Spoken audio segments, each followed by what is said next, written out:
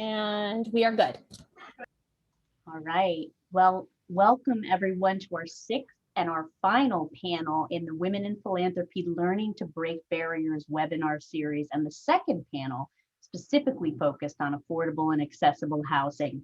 I'm Laura Duchessi, President and CEO of the Scranton Area Community Foundation, and we're very grateful to the 100 plus Women in Philanthropy supporters for your generosity in helping us to transform the lives of women and girls and their families in our community. As we continue to ensure that we're focusing on the efforts that are most impactful and the most important areas of priority to women, girls, and their families in Northeastern Pennsylvania, where Women in Philanthropy can help to make real change, we're holding these webinars to basically understand better the barriers and the opportunities within those areas that exist. And we have an excellent panel this afternoon of state and national experts who are going to help us take a deeper dive into the opportunities and challenges that so many women and their families are facing in terms of affordable and accessible housing, which couldn't be more timely. Currently, about 40% of households in Lackawanna County are at or are closely centered around the federal poverty line. And consistent, stable, affordable housing is a key part of financial security. And this stable, affordable housing could be rental housing, it could be home ownership, but it yields a multitude of opportunities and stronger outcomes for children, youth, and adults. And it provides a platform for improved outcomes around areas such as employment, health, and education. We know that it enables children to have a better chance of doing well in school, and it reduces stress for households and financial stress for households, for children. And for families that are struggling to pay the rent each month, one unexpected life event could mean losing everything. And these unforeseen challenges, unfortunately, due to the pandemic and other issues, are becoming a more increasing challenges. So while during the pandemic, we saw various moratoriums on eviction, which are necessary and humanitarian, that doesn't eliminate the housing crisis. So our first panel on housing, which was held in April, focused on many of the key barriers that women and their families are facing within our area in terms of access to quality housing. And just to reiterate a couple of those challenges, to remind us about some of those challenges that were highlighted, it was knowing specifically what resources are available. Predominantly women that are single heads of household face monumental hurdles of navigating the system. Often childcare, transportation are not always available near affordable, safe housing, producing significant barriers there.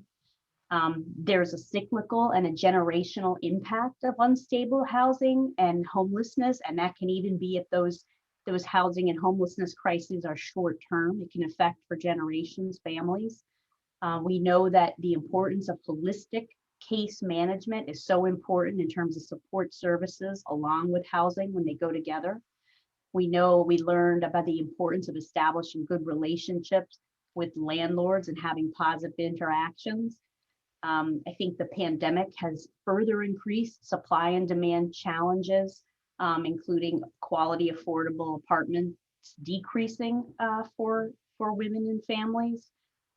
Particularly in our region, there's higher costs to retrofit an aging homeless stock and to create rental units, and there's also a lack of multi-family units readily available. And then, there are so many differences between types of housing available: transitional housing, bridge housing, rapid rehousing, very different.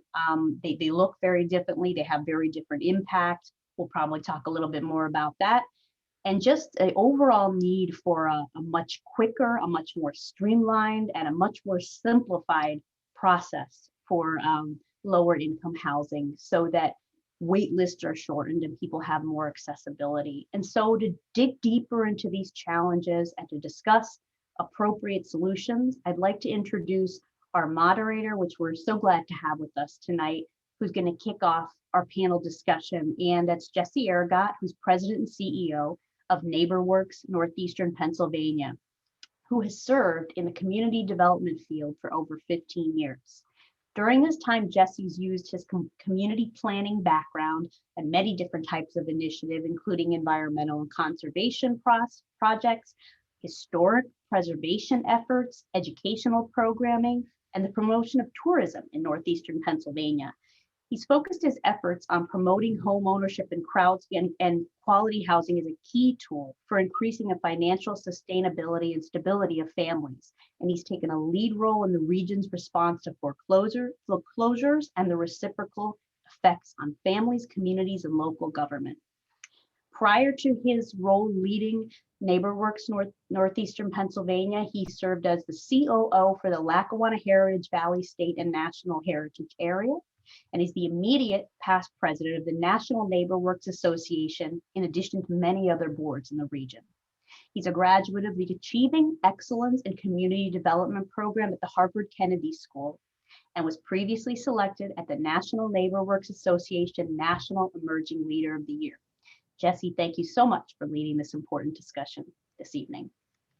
Thanks so much, Laura. Really appreciate it. And glad to be back again this month to work with the panel. Last month, I think I was a panelist. This time I get to be a moderator. So just love to be with this group, love this conversation and this topic. And as Dana Hanchin pointed out on our planning call, I'm pretty much an honorary woman in philanthropy at this point. So so I appreciate that you keep inviting me back to help out.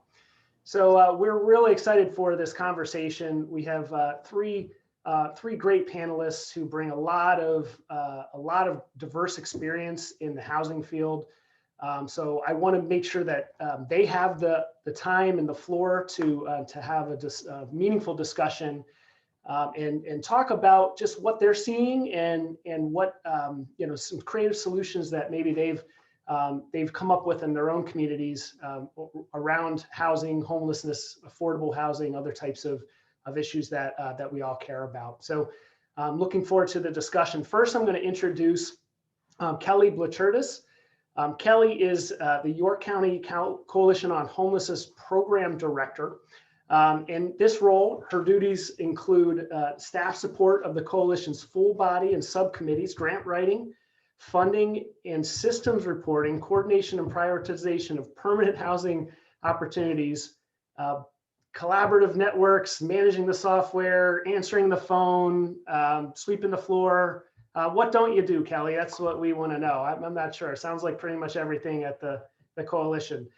You've also stepped into several roles, Kelly, I see recently during the pandemic, which has included managing a hotel quarantine and isolation program, which we all know in many communities was critical. Distribution of rapid tests to congregate shelter facilities and planning support for housing providers around infectious disease, and providing additional inclement weather shelter during colder winter months. So Kelly, you've got a great body of experience in this field. We're really looking forward to hearing from you and learning more about what's going on in York County. So thanks again for being here. Thank you. And you're right. I will put all of the different hats on during the conversation today. And while a lot of them are related to housing, as Laura mentioned, and as we know, housing is only one facet of that, right? Housing is one facet of your physical and mental health. It's one facet of your financial stability. It's one facet of a variety of different things that impact the way you live your life every day. So while I say I'm in housing, the reality is I am in housing and a wide variety of other social determinants of how stable your personal home life might be. Right. Just as a quick introduction, the Coalition on Homelessness in York County is, we act as our federal HUD, U.S. Housing and Urban Development Continuum of Care Board, but we also do so much more than that. So we are an entity for channeling federal dollars and state dollars through the York County community. And while I know that York County is not York County, we do have a lot of things in common. We have quite a few things in common, and we are serving similar populations. And so I hope that some of the information I share today will be helpful and relevant for your discussion in your local community. Excellent. Thank you so much, Kelly. Appreciate it. Looking forward to hearing more from you. Our next panelist is Eileen Divring. Eileen is a community development research specialist at the Federal Reserve Bank, of Philadelphia, and she studies housing, neighborhood change, and access to credit. And she hopes that her research can help community partners shape their programs and foster equitable development.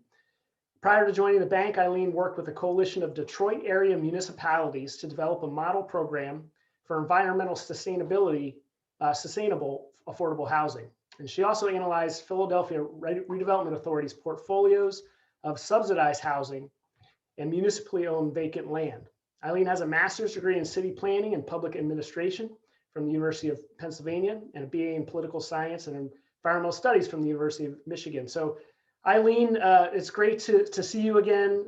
For those in attendance, Eileen was up and gave us a great presentation at our housing forum. I think it was February of 2020. So right before the world went into a tailspin, Eileen was up with us in Scranton and giving us some great information. And so, you know, as you mentioned, you know, your passion is really to do the research that that helps community partners shape their programs and foster the equitable development.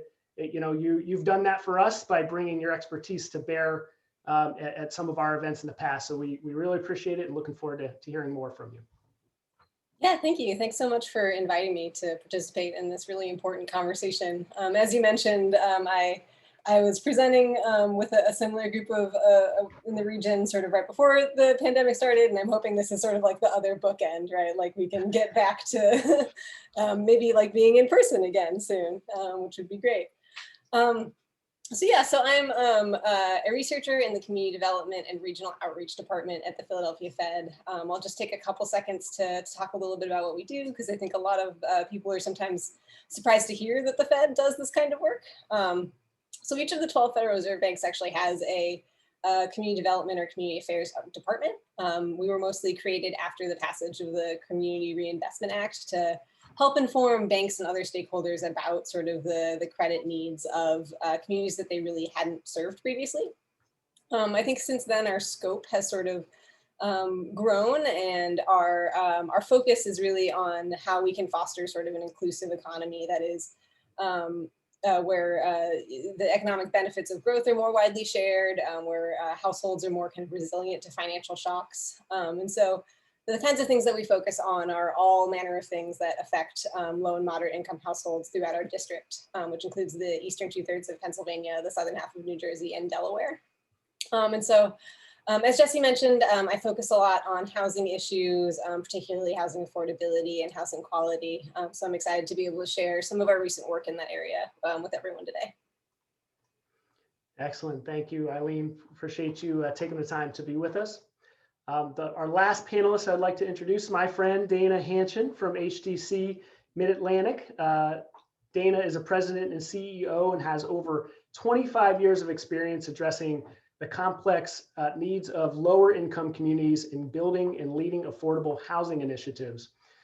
She considers the mission of providing affordable housing her lifelong work, driven by a sense of justice and love to meet the overwhelming need that we have throughout our communities. She earned a BA in political science from Kent State University and an MA in urban studies from Temple. She's also a graduate of Drexel University's Leading for Change Fellowship Program. And Laura mentioned in my bio a long time ago had the privilege of winning the Emerging Leader of the Award in the National NeighborWorks Network. I'm introducing 2021's Emerging Leader in Dana Hanchin throughout our entire national network. She won that award earlier this year, and well deserved. Really excited to have her in the network, and really excited to have her on this panel. So Dana, thanks again for being here. Thank you, Jesse. And I appreciate so much the invitation to be here, and through our friendship and introduction to this community to share more about HDC's insights around affordable housing. I can talk a little bit about HDC and give you an overview. HDC stands for Housing Development Corporation. Not very exciting, but our mission is exciting. And we've been around since 1971, celebrating 50 years. I came on board as president and CEO 3 years ago, doing nearly all of my work around affordable housing in the city of Philadelphia. But HDC is a developer, manager, and a service provider for affordable housing. We have a presence in 3 states, Pennsylvania, Delaware, and Maryland, 55 affordable housing communities. These are rental housing communities, 3,000 apartments serving over 4,000 residents.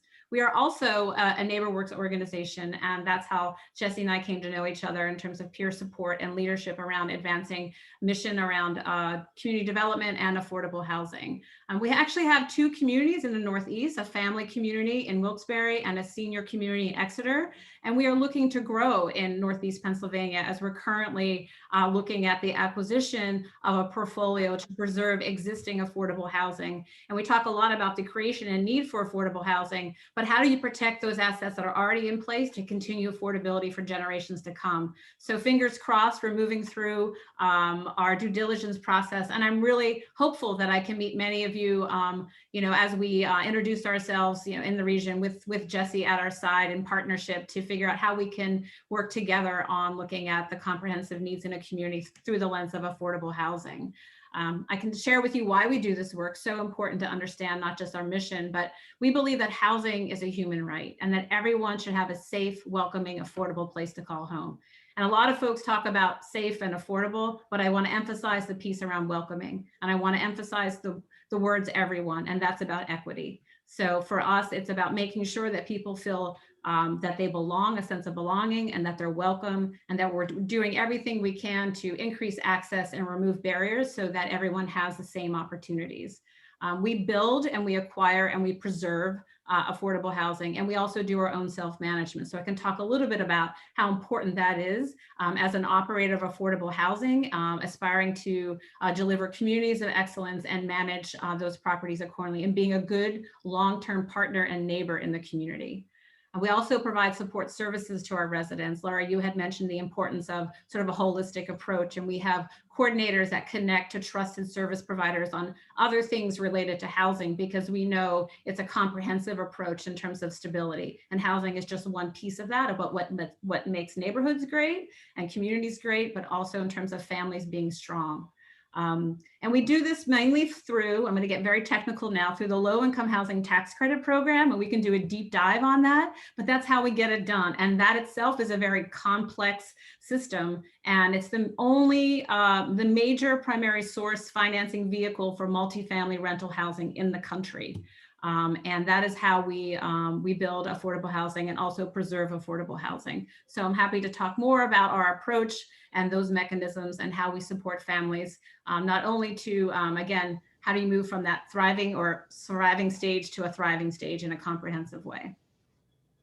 Jesse, one of the things I didn't mention, and just so folks know, obviously we welcome questions, right, through this webinar. So if you have anything you'd like the panel to further discuss, or something piques your interest, feel free to put into the Q&A or the chat, and I think that'll be discussed later on in the webinar. So. Yep.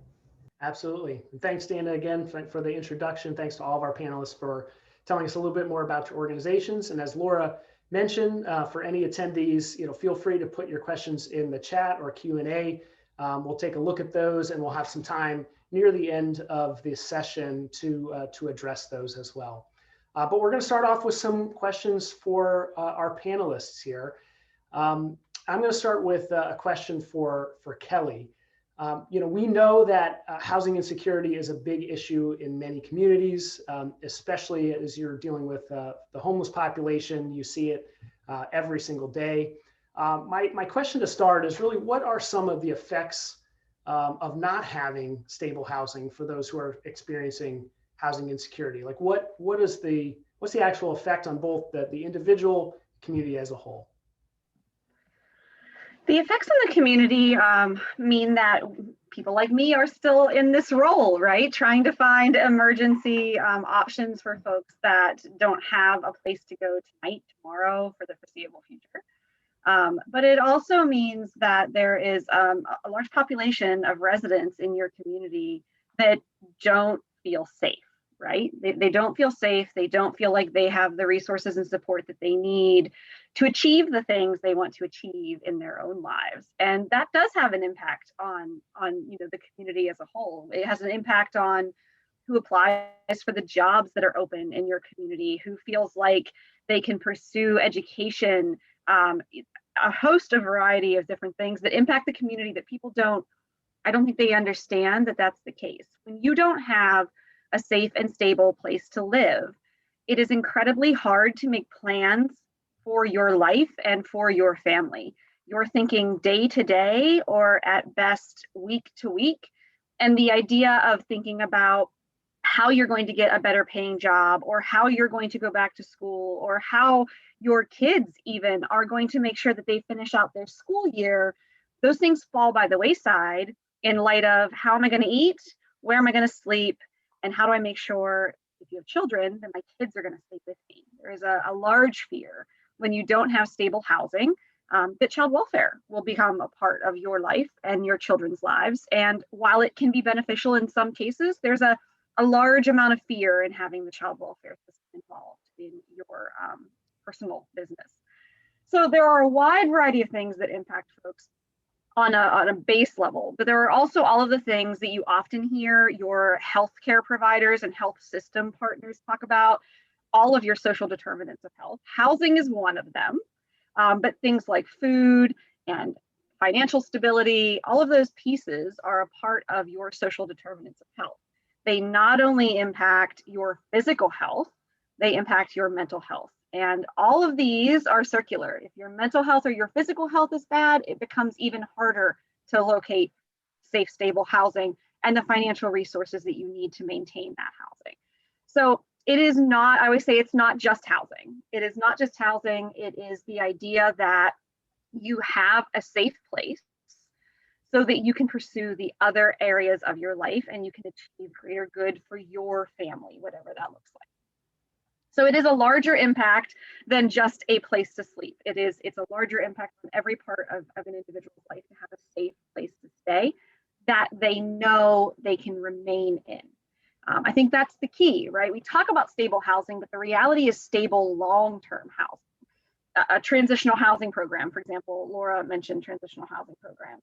They're great for helping people get back on their feet, but they are time limited in most cases at 2 years. So while you are trying to achieve so much good, in the back of your mind, you're always thinking that this opportunity is going to end. So anytime you can place a family in a situation where the housing has the opportunity to be affordable, safe, and stable for them long-term, those families will flourish and they will thrive because they finally feel like they can focus on those other areas in their lives. So it's just one piece, but I think it's a really vital cornerstone piece. Food and shelter, arguably, are those cornerstones. And I think in your community as well as in mine, there are a remarkable number of food access possibilities. And throughout the pandemic, we have seen an even greater partnership between those food resources and other social service and housing resources. I think that we have a good handle, if you will, on making sure that there is access to food in a lot of communities. But I think there is still a challenge with accessing housing and making that access easy enough to navigate for most folks in the community. Yeah. When we look at food versus housing, housing, when there's not enough housing, it's a lot harder to, right. And it takes a lot longer to get more housing online than typically it takes to get food out to people. Not that they both aren't important. We always say here, home is where it all starts. And like you said, you can build off of that for many other things. So stable housing is such a key thing, for many people who are experiencing that insecurity. So yeah, thank you very much. Yeah, and I think it's important to note, we're not even just talking about those that are homeless in this situation, right? We're talking about those people who are like, whew, paid the rent this month. Right. On to the next thing. Those folks are not stable. They are not able to pursue advancements in their own personal lives. They're worried about next month's rent now. Right. So this is both the homeless and those that are housed, but it is unstable or perhaps it is unsafe for some reason. Mm-hmm. Well, if I can just add from HDC's experience as an affordable housing provider and knowing our families, the number one need they have is food. So even when you're in affordable housing and you have below market rents, that our families are struggling, our seniors are struggling for access to healthy foods, to the foods that they need to put on the table. So even with that stable housing, that is our #1 need for our residents. So that's how challenging I think the needs are for lower income households. Yeah, that there's just, when the insecurities are connected in many ways, unfortunately. Yeah. Well, even maybe that leads into our next question, which I'm going to give to Eileen. This thought that in many communities, affordable and attainable housing, that doesn't always mean it's safe and quality housing, right? So in many communities, you find the most affordable housing that people can find is housing that's not in great shape. It's run down, it's unsanitary. We love to talk about the kind of housing that HDC MidAtlantic produces and affordable housing for residents, and United Neighborhood Centers of Northeastern Pennsylvania and other groups that are in that space. But a lot of the housing that we see, isn't that. A lot of affordable housing isn't safe and quality housing. Is there any existing data out there that you've seen that talks about that kind of relationship and the sacrifices that many people have to make when they're balancing affordability versus quality or safe? Yes, that is, I think, a really important kind of piece of the conversation, because affordability and quality in a lot of ways are sort of two sides of the same coin, right? And I think a lot of times our conversation around housing quality is more constrained because we don't necessarily have the same kind of level of data that we have about it as we do for affordability, right? So, and of course, affordability is like an enormous challenge. I'm not trying to sort of downplay that at all, but I think people are often surprised to hear just how common sort of housing quality issues are. And so we've done a lot of work in this space recently to try to sort of add context and make sure that we're sort of grounding our understanding of like how prevalent housing quality or housing repair needs are in sort of the best available data. And so what we found is that my colleagues and I at the Philadelphia Fed, in partnership with PolicyMap, have done some research on this. And what we found was that in the Mid-Atlantic region, for households that made less than twice the federal poverty level, so folks who are at or below that poverty level, but also people who are in sort of lower wage jobs, about 40% of those households, so 4 in 10, reported having at least one repair need. Which is a very substantial share of households, right? And now, at least one repair need, there's a wide range in how serious and how costly and how hazardous repair needs are. But this is an issue that affects a really broad range of lower income households. And we know that the lower households' incomes are, the more kind of extensive and severe the housing quality problems tend to be. And these are issues that affect both renters and homeowners, albeit in slightly different ways. And I'm happy to sort of go into more detail on that in a moment. But one thing I really want to highlight, and sort of Laura alluded to this earlier in her opening comments, but the group that's really arguably the most disadvantaged in the housing market is single women with children.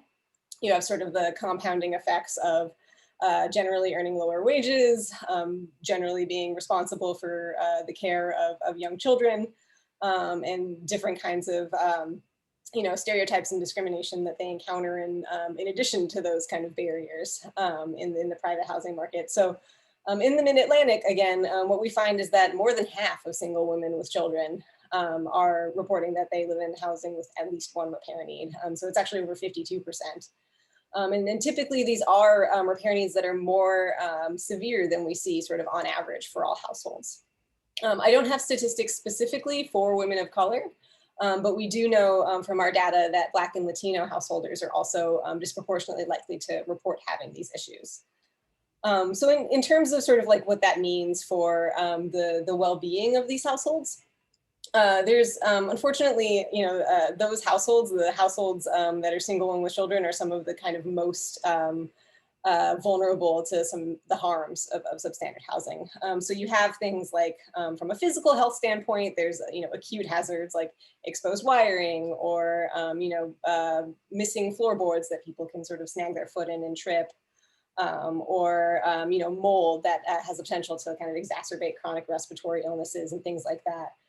There's also issues with heating. Having heating problems can contribute and exacerbate a lot of chronic cardiovascular and respiratory issues. And there are a lot of households that report challenges with that, both as a result of maybe inadequate heating equipment, things like that, but also, in a lot of these older houses, the insulation is less effective. And so there's sort of a trade-off that they encounter between sort of the utility bill and being able to sort of keep their house at like a safe temperature through the winter. So there's kind of like the physical impacts, but there's also really important kind of mental health impacts as well. And especially again, for these households where it's households with small children. So there's a pretty strong link in the research between living in substandard housing and children having behavioral problems in school. And one of the things that they think contributes to that is that sort of both the child who sort of experiences living in the substandard housing and sees the kind of disrepair sort of has the emotional impact of that, but also the anxiety it causes for the parent is something that, downstream affects the child. It affects their ability to parent in the way that they would like to parent ideally, if they're like constantly stressed about maybe a repair need that they can't afford in the case of a homeowner, or in the case of a low-income renter, sort of knowing that you're stuck in this apartment. There's probably not another affordable alternative that is much better quality for you, depending on where you are. Those are really important to capture too, is sort of the acute physical stuff, but also the things that have a more kind of pervasive impact even on their lives outside of the housing, outside of home. Right. Yeah. It seems like that the issue of people not being able to find the types of home that they need to focus on their health and well-being, right? Because it's just not available in many cases. We've seen that time after time here in northeastern Pennsylvania with people who either they're in housing and it needs so much repair because it's actively causing them poor health issues and things like that you just can't afford, but also on the front end not being able to find it. And I think maybe that kind of leads into our next question for Dana, which really talks about using affordable housing. How do we use that tool to kind of fight poverty and to address economic instability, bring stability to that family through that affordable housing, and really the development of new housing, the preservation of affordable housing. How does that fit overall into like a community strategy, Dana?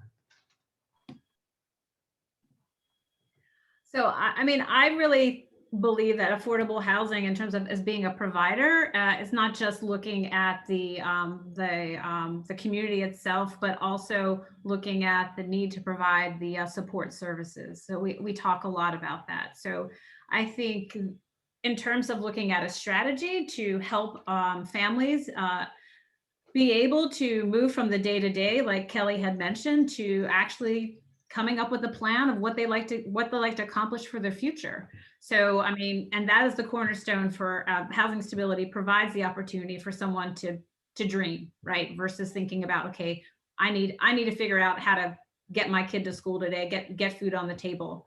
And for HDC, through our resident services program, it's complementary in terms of once there is housing, that there is a connection that's made. And we work really hard to build trusting relationships with our residents to make sure that they know that, we are available, that they can access support and help them work on, whatever it is they want to accomplish.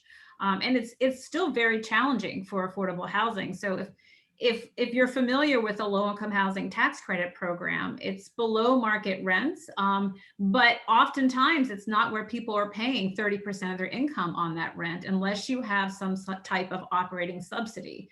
So it's really hard. The challenge around housing stability is all, I think, often very present for our families and on our residents. And I always say, we, as an operator of affordable housing, which at the end of the day, you think about it, it's a business, right? You have to collect the rents, you have expenses to meet, and we have a mission. So I always say we are in the housing business and not in the eviction business, and that it's our responsibility to figure out how to keep people stably housed when they worked so hard and waited so long for this affordable housing. And it's a choice that people make to live in HDC communities. And so we want to be able to, work with them as long as they want to be part of an HDC community to help them, work on their goals. One unique program that we are working on that we've been able to design is using a low-income housing tax credit program that, with the compliance period of 15 years when the investor exit out of the strategy, we're able to provide an opportunity for existing residents to purchase those apartments or townhouses for as home ownership. Very exciting that we're doing that right now in Lancaster County in Lidditz, and an opportunity, a real opportunity for families to build wealth. And in Pennsylvania, I will share that model is not very prominent in terms of its use around the low-income housing tax credit program. In Cleveland, they have a great model where that's really what they take a look at in terms of using this vehicle to provide rental housing, and then how do you work with residents over time to then help them become homeowners and ultimately build wealth and even further secure their economic mobility. I just have to jump in and say that I love that. I love that model. It makes me like super excited. Like I got all excited when you were talking about it. And I hope that it's something that we pursue more often in Pennsylvania, because I think it's great. I think a lot of the folks that we work with to help find housing initially just aren't ready to go through the rigors of what purchasing a home looks like, right? So a lot of them do rent, and the opportunity to rent, work with supportive services, work with some case management, link to services and supports, and then have the opportunity to buy is phenomenal without having to move. That is ideal. I love that, Dana. I love that. Well, we hope to learn from this. This is our first community where we are moving to home ownership conversion, but definitely looking at that for future communities. And I want to make sure I get to the second part of your question, Jesse, around preservation generally, and the challenge with multifamily rental housing that is affordable and financed through the low-income housing tax credit program has a period of time by which you need to keep it affordable. But there are exit strategies out there where it can convert to market rate. And in communities where you are working, important to understand where those developments exist and what strategies are in place or can you support to help preserve and continue that affordability. And that's really how we came about the opportunity in Scranton with a portfolio that the diocese currently owns and manages, that they want to exit out of the affordable housing business, but they want to work with a nonprofit partner who shares that mission, and really stepping up and working alongside them to make sure that we can preserve that we can make the capital improvements to continue to provide quality and safe housing, as well as extend that affordability. And that is a national issue. And I can speak to, in Reading, we manage an affordable housing community that has another owner, and we had the opportunity to compete and purchase that, but we did not win the bid. But that owner's intention is, after the compliance period, they're anticipating being able to convert it to market rate. So we are effectively losing those apartments in communities, and it's really hard. A 60 unit apartment building is $15 million. And that's a big investment. To reinvest and continue to preserve is less costly. And it's also, I will say, an easier sell in communities when I talk about welcoming affordable housing, because it's already existing. Right. I wanted to jump in really quickly talking about preservation. And obviously Dana's the expert here, not me, but I'm still going to jump in. I'm going to say that I'm going to put a plug in for all of the COVID relief funding that's coming into all of these communities right now. Building new affordable housing will always be a vital activity, but we do often struggle with what Dana just talked about. There is a time period, and then how do you continue to offer those units at an affordable housing level rather than converting them to fair market? And that is a challenge everywhere. But I think, despite the fact that it can be incredibly expensive to rehab our existing units, it is still incredibly vital to do that. And so I think as we look at opportunities through additional money coming in as COVID response, housing is COVID response. And I think it's important for communities to look at ways that they can support repair programs for property owners and landlords. These might not be large property management or landlords. They might just have a few units, but every unit counts. Mm-hmm. And property owners and landlords are feeling a little left out in the cold at this point. They've been under a moratorium, whether it is state or federal, for a very long time, and stress is very high. And I think that repairing that relationship with landlords in the community is going to be absolutely vital, and being able to show that their housing stock is a priority as well benefits not only those that are looking for affordable housing, it benefits the property owners. Yeah. It is a business, as we've said before, right? It's a business. And so while, on the social service side of things, we always want to tug at your heartstrings, the reality is we want to help you succeed in your business too, because it benefits our clients if you succeed. So I think there is a vital component there where under normal circumstances, low-income housing tax credits, things like the home program funding, which is often used by affordable housing developers and communities to build, we have more resources now to be able to do those types of work on smaller units and more units as a rehab. And I think it's really important to have those conversations like right now. Yeah, I think it's really important to be creative. And as Kelly mentioned and Dana inferred, every unit counts. Especially when we're looking at statewide numbers that are showing thousands. There's a deficit of thousands of affordable housing units for people who need them, right? So in a community like ours, in an example like Dana just gave, and this is for the attendees listening, in a city like Scranton, if we're already struggling to find affordable housing for all the people who need it, and all of a sudden we're losing 50 or 100 or 150 units to a conversion to market rate, that's a huge deal. That's a very huge deal, because that's 50 or 100 or 150 people who are now trying to find something that doesn't exist, right? And so that's why it's so crucial to do that type of work, to preserve the housing, the affordable housing units that are there,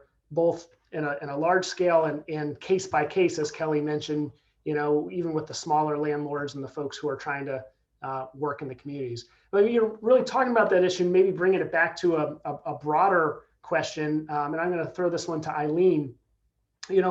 Part of what we're trying to do here is figure out a way to bring partners together to address this issue that's too big for any of us to do on our own, right?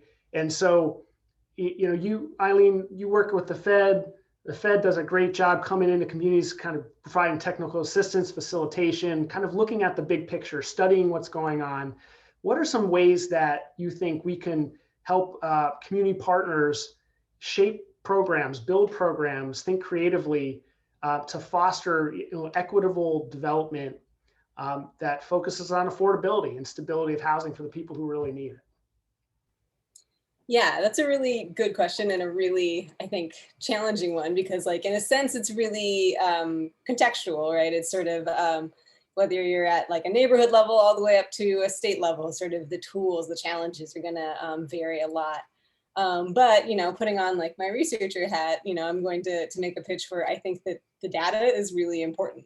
I think the data is critical for sort of understanding the scope of the problem, the groups that are most effective, because that's how that's how you can assess whether there's gaps in your services, whether you're actually meeting the needs of all of the communities that are affected by this issue, whether it's affordability, stability, access to home improvement financing, what have you. Having the data at hand is really how you hold yourself accountable to more equitable outcomes. And when I say data, I don't just mean, going to the census and pulling, numbers and things like that. Data is also the feedback and kind of knowledge sharing that you can get from your stakeholders, from participants in your programs, from community residents, and learning from peers in doing similar work. So, you know, folks like Kelly who have really great ideas from York, who can come and share that here in Scranton.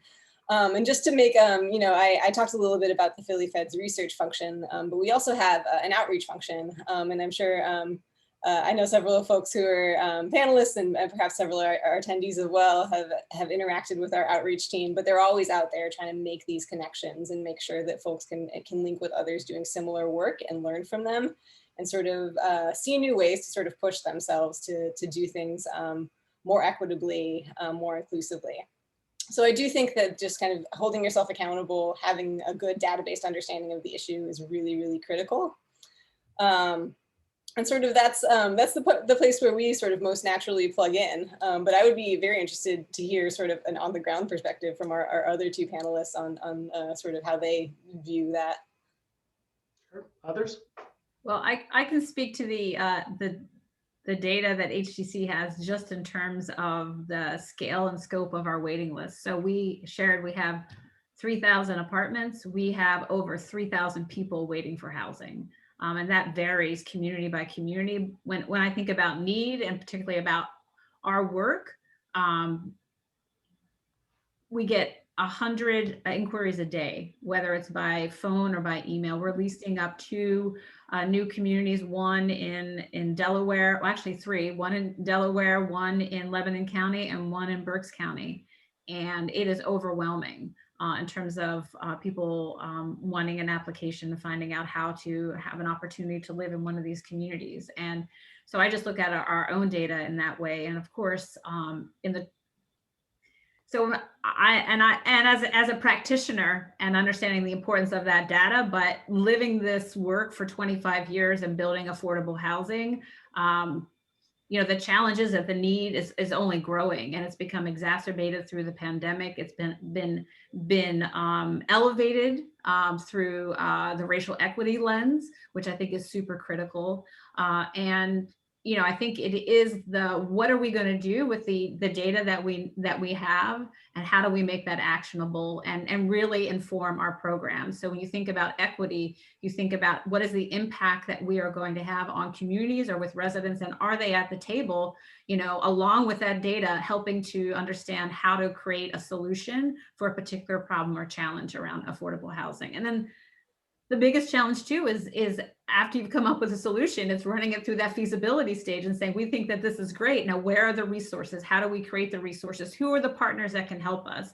And why it's not, you know, only you know, sort of a single organization sort of leading an effort, but it really is about all of us sort of coming in together to look at that and provide a continuum, I guess, approach when you think about equitable housing options. And it's for when you're looking at a community and you want to address it for everyone, it's regardless if you're a lower income or middle income, or you want to retire, but you can, because you can't find an affordable housing option for you if your income adjusts. So it is speaking to everybody across the country and in almost every community we work in terms of the our markets, and whether you're rural or suburban, that people are struggling, and it's not just at the lower end. And I think that's important to think about as we're approaching this. I think the only thing I would add to that is be the collaborator. Everybody wants to find a collaborator, someone to you know, bring all of those parties to the table, someone to challenge them to have the conversation, to brainstorm ideas, to pull in funders, public and private, because the reality is a lot of the most successful programs in my housing world need both sides of that table. They need public dollars, but they also need private dollars that can fill the gaps that public can't. And so instead of looking for that collaborator, I'm going to say be that collaborator. If you've identified that gap and you're talking to your colleagues and you're all having the same conversation, there just aren't enough housing options for you know, young women with children. I don't know, just pick a group. Young women with children. Pull them together. I mean, you may not solve housing for every person on a wait list looking for affordable housing, pick that population that you're already talking about and sit down and try to make a great impact in that area. So I would say, even if it's outside of your comfort range, like step up and be that collaborator. Be comfortable bringing people to a table and saying, this is not where I normally excel. This is not where I have my expertise, but we've seen this problem and we've identified that you have that expertise. So let's talk about it. Yeah, and not every community is as fortunate as ours to have an organization like Scranton Area Foundation and others who are modeling that collaborative approach and facilitating some of that activity. You know, I think we've done it well here in many cases, just because we have partners who are willing to come to the table, put resources on the table to make that happen. But that's not the case everywhere, and we've heard that, we recognize that. But you're right, Kelly. A lot of this is just kind of taking the lead and saying, we're going to be at the table and we're going to try to figure this out and figure out who the right partners need to be, and then shape those programs together using, you know, as much data, as Eileen mentioned, as we can find, right? And just, you know, whatever assumptions we're making, we're trying to do our best and come up with good solutions with the right people around the table. And that's usually how things gets done. And think outside the box too. I mean, we're guilty, and I know enough about your community to know that you guys do have incredibly strong partners in your community, and it's phenomenal work. It's phenomenal. We have strong partners here, but think outside the box. You know, bring those partners to the table, but who else has been thinking about this, has dipped a toe into this conversation that we can bring in to diversify the ideas, but potentially also diversify the resources available when you're looking at new programming or new housing. Yep. And in many cases, we see that here, where some of the non-traditional partners may be the larger employers and you know, the universities and the hospitals and the businesses that, you know, are having a huge impact on the housing needs, but maybe haven't been at the table before, or don't even realize they need to be at the table, right? And so how do you open those doors?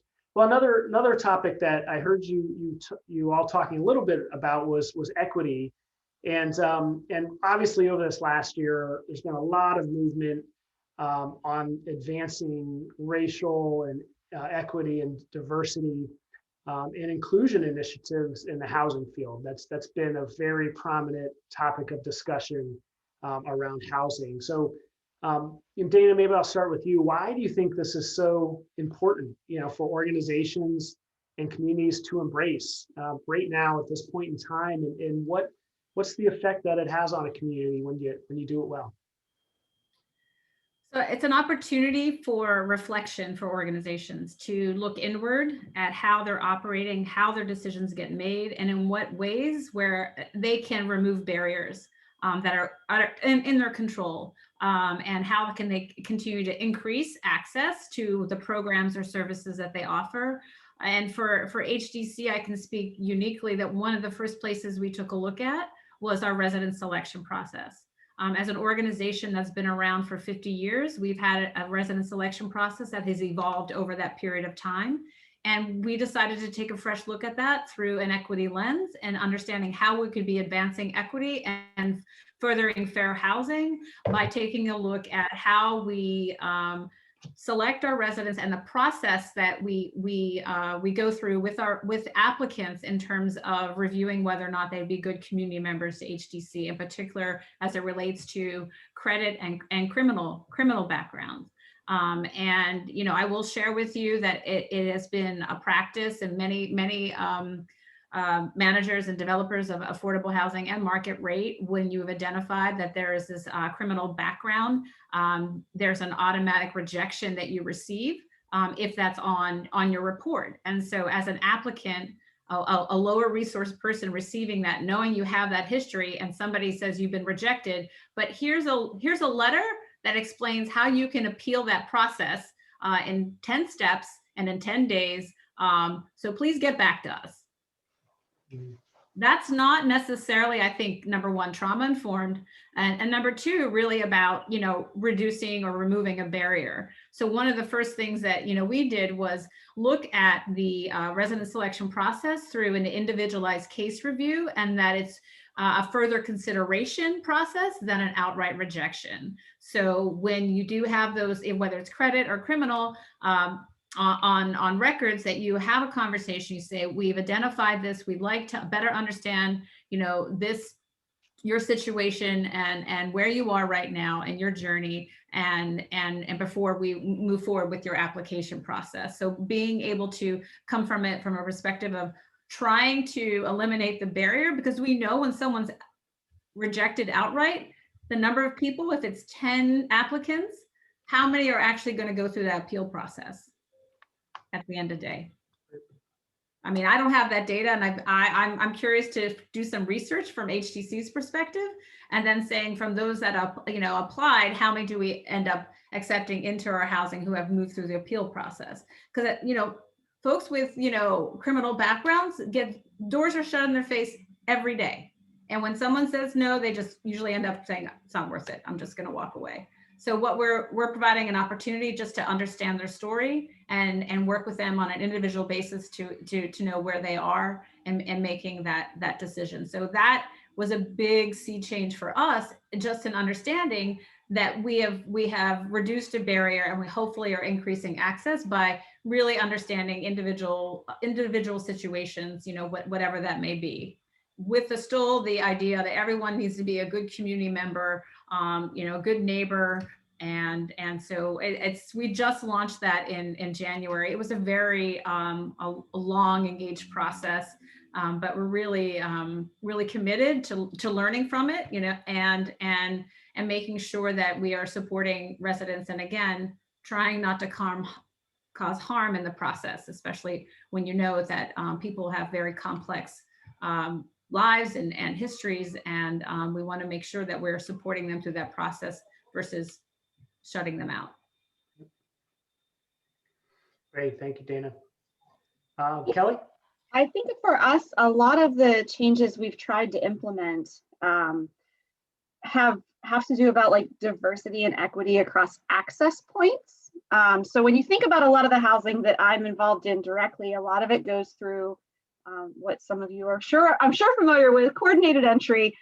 Coordinated entry is an idea that you are assessing all those that are looking for housing on an objective level, so that everyone comes to the table with the same information, and you're serving those that have a higher level of need first. So you're prioritizing by need, similar to an emergency room triage, except for you're doing it with very limited housing and like rental assistance resources. So what we try to do is make sure that those access points to seek assistance are as diverse and easily accessible as we can.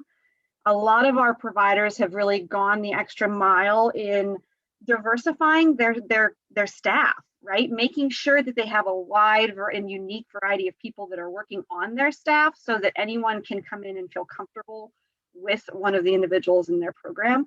So we've done a lot of work on making sure that people who need the assistance are coming and asking for it, because what we found was we were running into people not being comfortable coming in and asking for that assistance or making that phone call. And so we've tried to make our access points more inclusive, and kind of to get rid of that barrier that was sort of invisible, because if they weren't coming to ask for help, we didn't know they needed help, right? And it seems to have done quite a bit of good, and we are now seeing a lot more requests. They're more diverse, and I think we are on the right path. I'll say we're never done with this work, but we are certainly, I think, on the right path. Great, thank you. And Eileen, I know that the Philadelphia Fed has, really taken a lead role in helping facilitate different discussions on race, equity, and diversity. Our community was involved in one of those cohorts and discussions over the past year. So this is a topic that is really top of mind to the Fed as well. Any thoughts on that? Yeah, I want to start by saying it's really encouraging to hear Kelly and Dana talk about like the conversations and the stuff they've already kind of started to move in this kind of direction, because I think a lot of organizations do still kind of struggle to be explicit about sort of the gender and racial equity implications of their work and the outcomes of the work. And I think that there's a lot of fear around that being sort of too political for them. And I just want to like totally dispel the notion that it is a political thing to be thinking about like racial equity in your operations and outcomes. Like we know we have mountains of data showing that women and people of color, and especially women of color, are sort of the most acutely affected by all of the different housing crises, whether it's affordability, quality, access to credit, you know, what have you. There's mountains of data saying that this is a real challenge, and we have mountains of evidence documenting sort of the structural and historical reasons that this is the case. So it's not political to really be attentive to these things. It's grounded in evidence, it's evidence-based, and I think that's just something I like to sort of reiterate to folks. Is, you know, these conversations can be uncomfortable, but they're important because it's part of how you meet your mission. Yeah, we've seen that as well when we're talking internally as an organization. You know, it's first of all, are we representative of the communities we serve? You know, second is what are the barriers that, you know, we may have put up inadvertently over the years to addressing the needs of the full community that we serve. And I think we heard some of that from Kelly and Dana as well, is that, you know, sometimes you have to be very, very intentional about paying attention and asking hard questions and being very reflective on what that actually looks like and what that means, you know, in your organization and your community as a whole. And I know the Scranton Area Foundation has certainly been part of a lot of those discussions, helped facilitate a lot of those discussions, and you know, it's an important topic that I know we'll continue to pursue, and a journey we'll continue on together as we move forward here. So, well, we have a little bit more time to hear from our panel, and we want to take, you know, maybe the last 10 to 12 minutes or so here in an initial Q&A format to ask each of you kind of what else should we be doing to advance this conversation, next steps, and how can we take specific actions to kind of create and preserve these affordable housing opportunities in a community like ours here in Northeastern Pennsylvania. And at this time, we'll also, you know, just you know, put the word out to our attendees again that, you know, if you have any other questions that you want to put in the Q&A or the chat, there'll be time after our panelists finish up this next round of thoughts to answer those questions before we wrap up at the end of the day. And so we'll have, you know, I know this session is being recorded, so, you know, we'll have opportunity to get more sets of eyes on this as well. So any questions that you ask might be something that somebody else would want to know as well. So please feel free to enter those in so our panelists can address them. So I'm going to start with Kelly on this one. And again, we're just going to ask you for some final thoughts and reflections on the conversation and kind of where, you know, where we kind of take it from here as a community, even where your community is taking these discussions in York County, Kelly. Sure. I think you guys are doing a great job, and you've done all the right things to have those conversations. And so I would say that probably next step is action, right? We talked a little bit about the blessing in disguise that is the funding coming into communities. Think about different things to do with that funding. Think about pushing the envelope on that funding, even if it's a public funding stream that has traditionally said, nope, we do X, we do Y, and we do Z, and that's all we do. Go back to them, bring them to the table and say, I know that's all you do, but could we do this? Is this an eligible activity under your funding stream?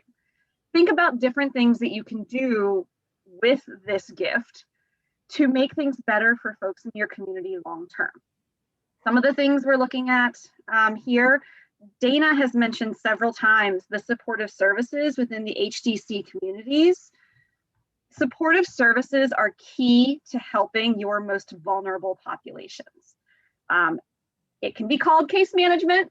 It can be called supportive services. You can call it whatever feels good, which usually isn't case management, unfortunately. But make sure that there's an opportunity for people to have access to someone that can help them navigate not only housing, but all of the other resources and services in your community.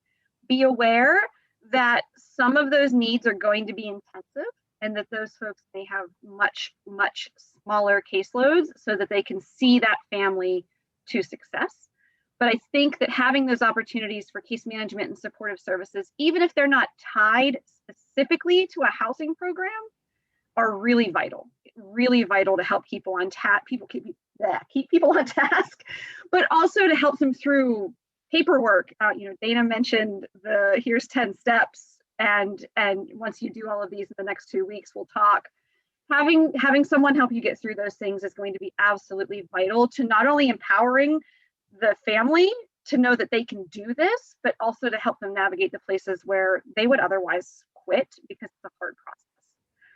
I think the other thing is we mentioned tenant and landlord supports. Help your tenants learn their role, help your tenants learn their rights, help your landlords and property managers learn housing law. Probably the largest thing I've discovered through all of this is there are a lot of folks that provide rental units that don't necessarily know Pennsylvania housing law. Make sure there are education options in your community so that everyone is making an informed decision, and make sure they are easily accessible.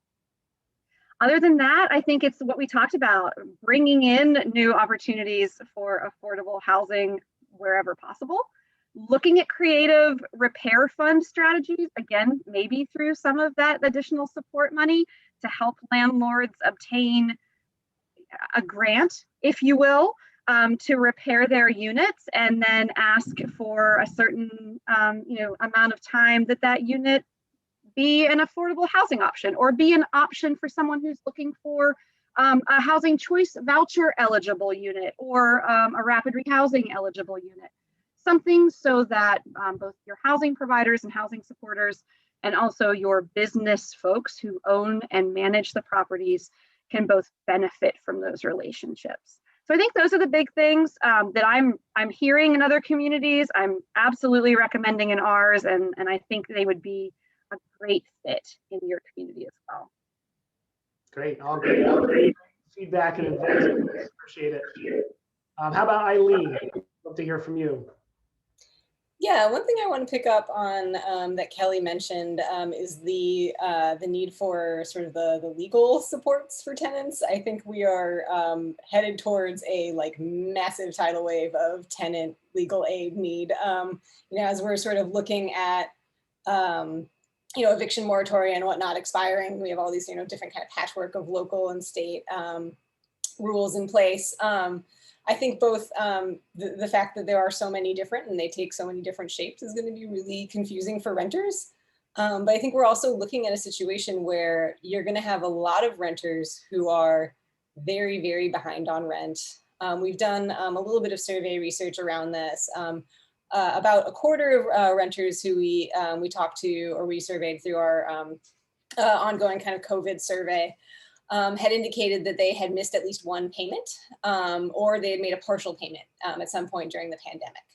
And of those 24%, a little over half indicated that they had an informal agreement with their landlord about paying the remainder back. And so, informal agreement could be, I texted my landlord and he said it was cool if I paid him next week, or it could be, something that's a little bit more structured than that, but only a really small percentage had a formal agreement that detailed how they were supposed to pay back, their back rent. So I think there's going to be a lot of people who are in either very serious debt and need help sort of figuring out their options at that point in time, or people who are going to be in sort of various levels of paid up on rent, who are going to need a lot of assistance sort of navigating what their rights are in that moment. So that's a really big one. Another one, just sort of what feels further down the horizon, because I feel like COVID has made our attention spans so short, but further down the horizon in the fall, we're looking at sort of the end of a lot of the programs that were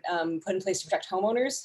So A lot of the forbearance programs, unless they're extended, we're looking at them potentially ending, and people may or may not be in a place where they can resume their regular mortgage payments or get some sort of restructuring. So again, housing counseling on that end is really important too.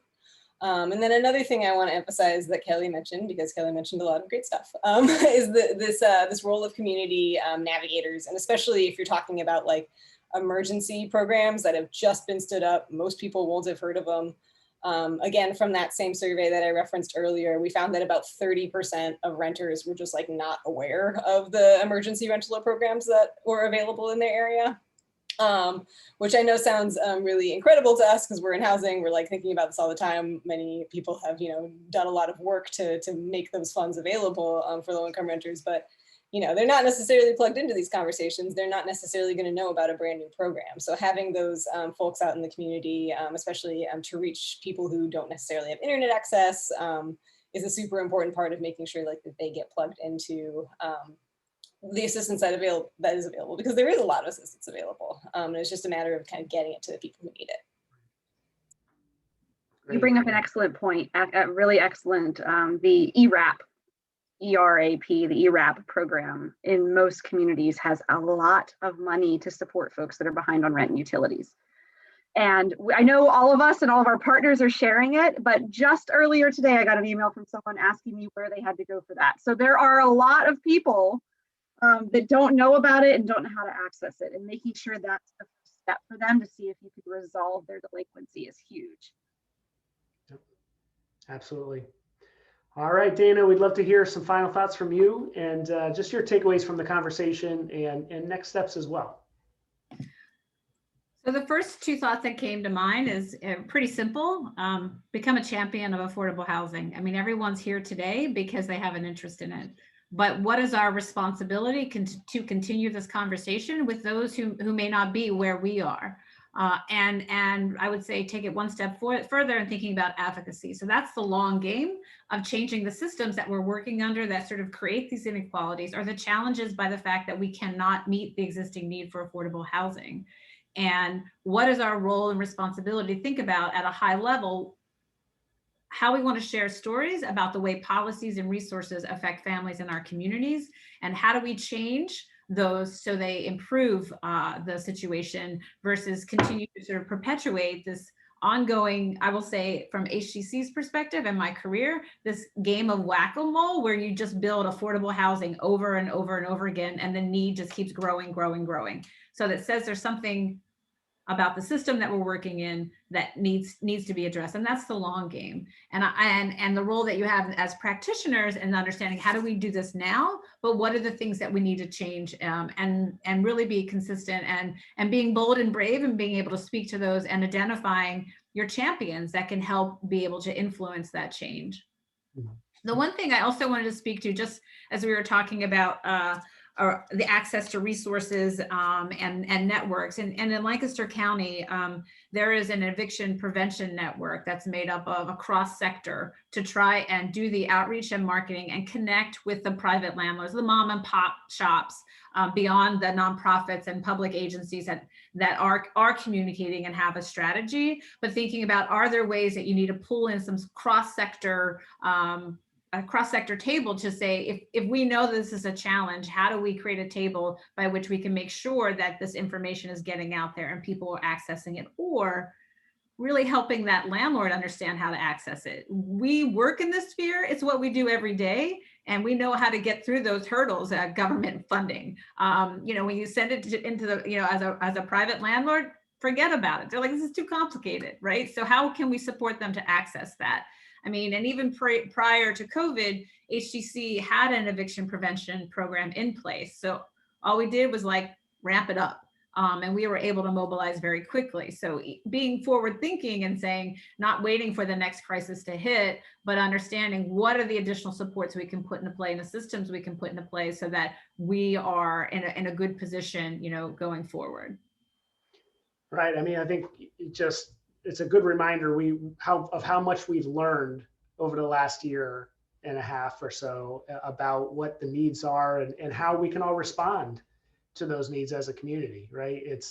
I think there's been so many advances in just how to address issues, because we've all had to make it up as we go in some ways, but there's also other things that we're recognizing even more so that are systemic issues that are more deeply ingrained than we realized, right? So I think we've all gained a lot of knowledge and experience over the last year, trial by fire, and we may not have, this is the path we chose, but I think there's been a lot of gains and opportunities that came from it as well, which is been a good reminder, and I think we heard that from all of our panelists as well. So I don't see any questions in the Q&A or chat, and I know we're getting close to the end of our time together here. So maybe Laura, we'll turn it right over to you for some closing remarks, and we can finish up. Absolutely. One of the questions, it's one question in the chat, and it's about the role of landlords in the equitability sphere of what you're talking about. I think you kind of addressed some of that. I don't know if you want to expand any more on that specifically, but it's making sure what role do private businesses and landlords play in equitable housing. I think you addressed some of it, but I don't know if there's anything you want to expand on that.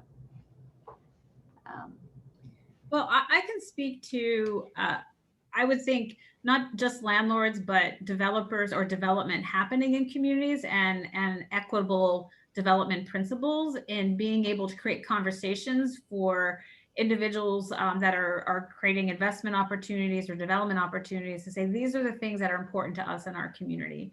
So it goes beyond, maybe it's a residential development.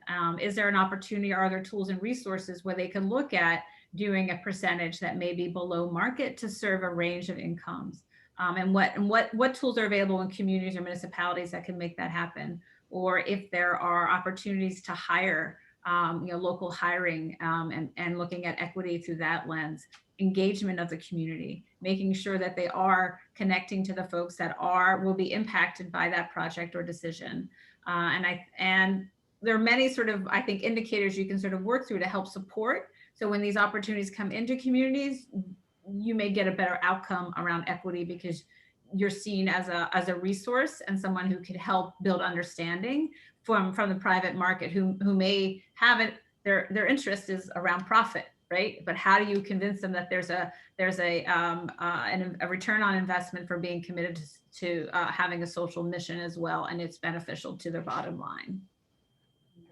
Yeah, I think being able to show that as a community, like, look, if you're going to be developing in this community, or if you're going to be investing in this community as a whole community, so not just Dana from HDC or not just Jesse, but as a community, this is our focus. And being able to have that unified front goes a long way when you're talking about bringing in development and investment. Yeah.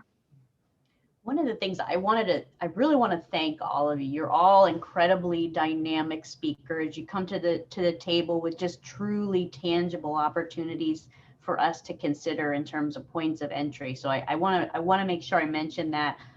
A big thank you to Jesse for facilitating a terrific conversation.